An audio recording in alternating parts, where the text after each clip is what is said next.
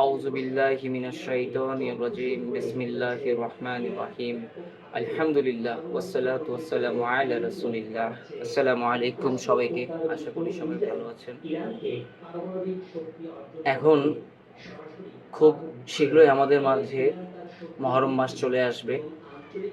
মুহররমের সময় যখন হতো তখন মদিনাবাসীর আগে কান্নাকাটি শুরু করতেন, চিৎকার শুরু করতেন প্রতি ঘরে ঘরে।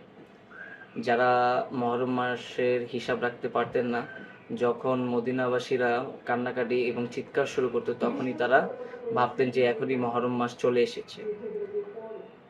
পবিত্র শাহাদাতে কারবালা, যেটাকে আমরা মুহররম মাস বলি, সেই মাসে আমাদের প্রাণের ইমাম সৈয়দিনা ইমাম আকবর হোসেন রাদিয়াল্লাহু তাআলা আনহুকে হত্যা করা হয়েছে।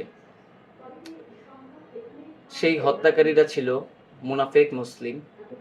তারা তাদের প্রকাশ করেছে সেই কাজকর্মে। সাইয়েদনা ইমাম আকবর হোসেন রাদিয়াল্লাহু তাআলা আনহু হচ্ছেন আমাদের জান্নাতের যুবকদের সর্দার। আম্মাজান মা ফাতেমা আলাইহিস সালাম এবং মাওলা আলী আলাইহিস সালামের পুত্র এবং আমাদের প্রিয় নবী সাল্লাল্লাহু আলাইহি সাল্লামের নাতি। তাকে হত্যা করা, ইসলামকে হত্যা করা।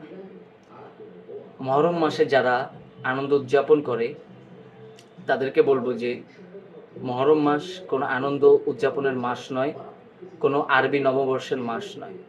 মুহররম মাস ঈমানি আত্মার শোকের মাস।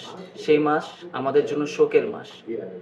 আমাদের ইমাম আকবরকে হত্যা করা, ইসলামকে হত্যা করা একই সমান ছিল সেই সময়। তো আমাদের ইমাম আকবর হচ্ছেন আমাদের জান্নাতের সর্দার। আমরা আল্লাহকে পেতে চাই, আল্লাহ জান্নাতকে পেতে চাই, রাসূলকে পেতে চাই, অথচ আল্লাহ এবং তার রাসূল ইমাম আকবর হোসেন রাদিয়াল্লাহু আনহুকে ভালোবেসেছেন।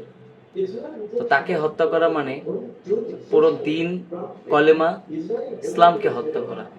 তো সেই মাসে কি আমরা আনন্দ উদযাপন করতে পারি না।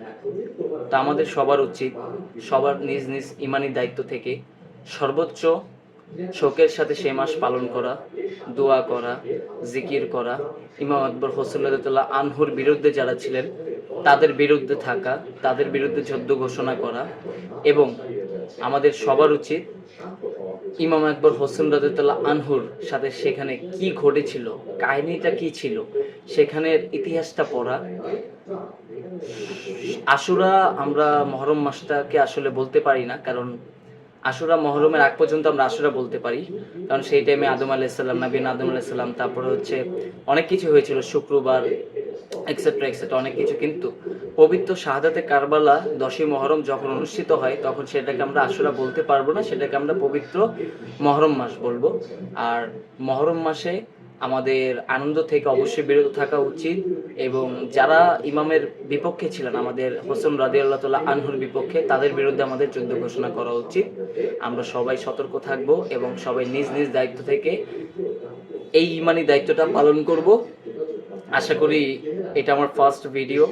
আমি ইনশাল্লাহ ওয়া রাসূলি কারীম আল্লাহ রাসূলের মেহেরবানিতে সত্য প্রকাশ করার চেষ্টা করব। ধন্যবাদ সবাইকে। আসসালামু আলাইকুম। আমার জন্য দোয়া করবেন।